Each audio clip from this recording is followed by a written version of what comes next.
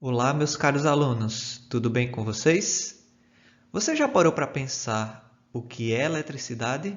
Este é o objetivo desta aula. Nós vamos entender o que é essa tal de eletricidade. Então, vamos lá! Understanding electricity. Can you imagine a world without electricity? Você consegue imaginar um mundo sem eletricidade? We live in an electrical society. That's why it's so important to understand how it works. Nós vivemos numa sociedade elétrica e este é o motivo do porquê é tão importante a gente entender como a eletricidade funciona. Vários dispositivos do nosso dia a dia, como eu coloquei aqui para vocês, uma TV, celulares, lâmpadas, funcionam à base de energia elétrica. Do you know what this image is? It's a representation of an atom. Sim, pessoal, para que a gente possa entender o que é eletricidade, nós precisamos reconhecer o que é um átomo e quais são as suas principais partes constituintes.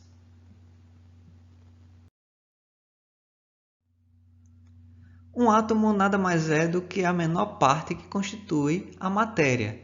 A matéria entenda como algo que ocupe lugar no espaço, seja vivo ou não vivo, como os exemplos que vocês podem ver aí nessa imagem à esquerda.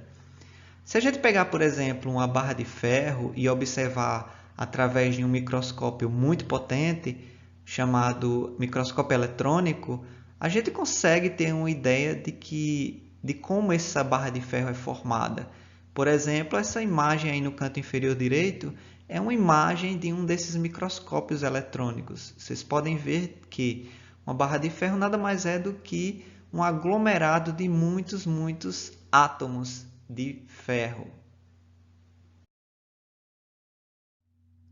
Atoms have charges. Os átomos possuem cargas, e essas cargas podem ser positiva, positive charge, ou carga negativa, negative charge. A carga positiva ela é encontrada nos prótons, que se localizam, por sua vez, numa região chamada de núcleo atômico. E também no núcleo atômico há uma outra partícula, porém sem carga, que são os nêutrons. Em volta deste núcleo existem várias outras partículas circundando este núcleo, chamadas de elétrons. Os elétrons possuem carga negativa. Some types of atoms can't hold very well all their electrons, so they can lose some of them. Alguns tipos de átomos, ou seja, elementos químicos, não conseguem segurar muito bem todos os seus elétrons. Então, eles podem perder alguns deles. Those elements are mainly metals, like iron and copper.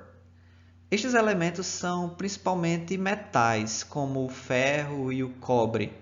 Quando esses átomos de ferro ou cobre estão juntos, os elétrons de alguns átomos podem fluir e passar para outros átomos, como vocês estão vendo aí na imagem. Então perceba que esta seta está representando o fluxo que alguns elétrons podem sofrer, ou seja, ele pode transitar de um átomo para outro com certa facilidade. And here is our big question. What's electricity? Electricity is electrons flowing. O que é eletricidade? Eletricidade é elétrons fluindo. Para que vocês possam entender esta explicação, nesta imagem existe uma representação de dois fios de cobre. Na imagem de cima, os pontos em azul representam elétrons. Percebam que estes elétrons na parte superior estão se movendo de forma, digamos que desordenada. Quando existe um agente que faça esses elétrons se mover em um único sentido, como na imagem de baixo, ou seja, os elétrons estão fluindo numa única direção, chamamos isto de eletricidade. Os elétrons, como já vimos antes, eles são cargas negativas. E cargas negativas sempre fluem para um lugar que esteja carregado positivamente.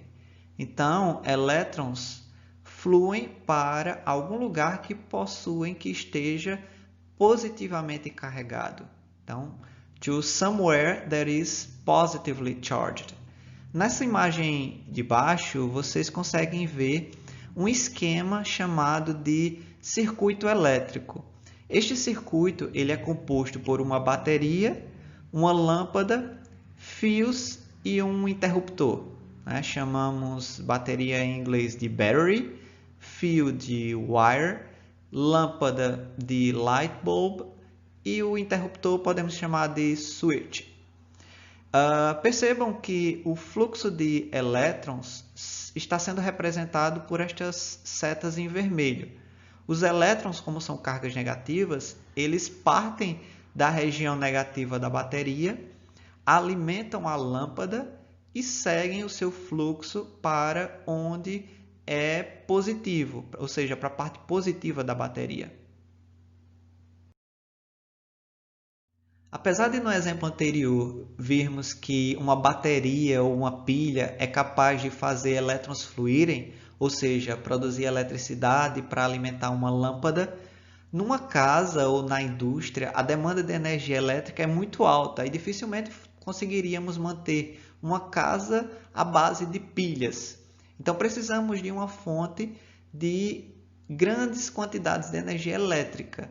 Essa energia elétrica é produzida de diferentes formas. No Brasil, a principal estratégia são as usinas hidrelétricas, que basicamente usam a força gravitacional da água para fazer girar em turbinas que convertem essa energia mecânica em energia elétrica.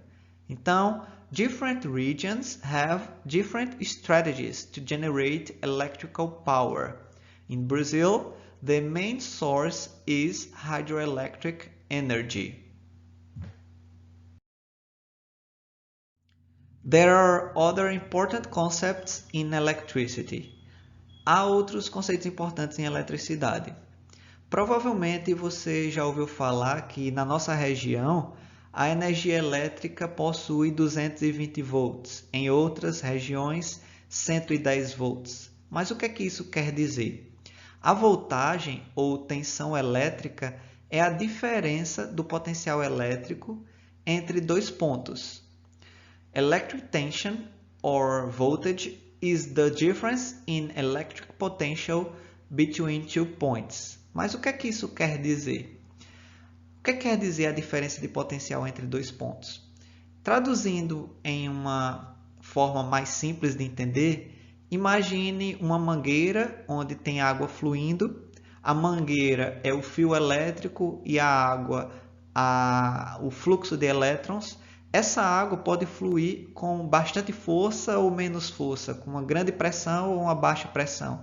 Essa força com que a água flui pela mangueira seria equivalente à voltagem, tá bom? Então, a voltagem nada mais é do que a força com que os elétrons fluem através de um condutor, através de um fio elétrico.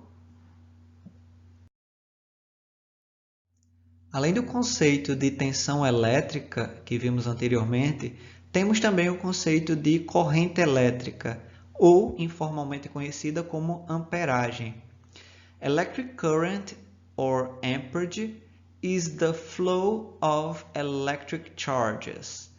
A corrente elétrica ou amperagem é o fluxo de cargas elétricas. Então, se um fio condutor não tem elétrons fluindo, dizemos que ele está sem corrente elétrica. Quando esses elétrons estão fluindo, ou seja, existe um agente promovendo o fluxo de elétrons, dizemos que existe uma corrente elétrica. E essa corrente elétrica ela pode ser alta ou baixa. Quando há uma grande quantidade de elétrons, de cargas elétricas fluindo através de um fio condutor, como na imagem de elétrons em vermelho à esquerda, temos uma alta corrente elétrica, uma elevada amperagem. Na imagem à esquerda, os elétrons são representados em bolinhas azuis. Nós temos uma amperagem menor que a da direita. Geralmente utilizamos um aparelho que vocês estão vendo aí à direita de vocês, chamado de multímetro. O multímetro ele tem diversas funções, mas uma das suas principais funções é medir tanto voltagem ou tensão elétrica, quanto amperagem ou corrente elétrica de circuitos elétricos, tá bom? Esse aparelho se chama multímetro. Nos slides anteriores você me ouviu falar em fio condutor ou fio condutor da eletricidade. Mas o que seria um fio condutor? A conductor is a material that allows electricity to pass through it. Um condutor é um material que permite eletricidade passar através dele. Exemplos de bons condutores são os metais ou objetos feitos de metal. Por exemplo, o clipe e a moeda, nas imagens aí do slide, são exemplos de condutores de eletricidade. Por outro lado, borracha, o copo de vidro ou vidro e a madeira no lápis são maus condutores de eletricidade. Chamamos os maus condutores de eletricidade de isolantes elétricos. Insulator is a material that does not allow electricity to pass through it. Isolante é um material que não permite eletricidade passar através dele. Nos fios elétricos que vemos no nosso dia a dia, eles têm tanto uma parte condutora da eletricidade quanto uma parte não condutora. A parte condutora dos fios elétricos geralmente são feitas de cobre, do metal chamado cobre. E em volta desse fio de cobre existe uma capa protetora para evitar o choque elétrico, um curto-circuito. E essa capa protetora em torno desse fio de cobre é feito de um isolante, que geralmente é um plástico ou um emborrachado. Bom, pessoal, espero que vocês tenham gostado da aula de hoje. Qualquer dúvida, deixe nos comentários aqui abaixo. Até a próxima aula. Tchau!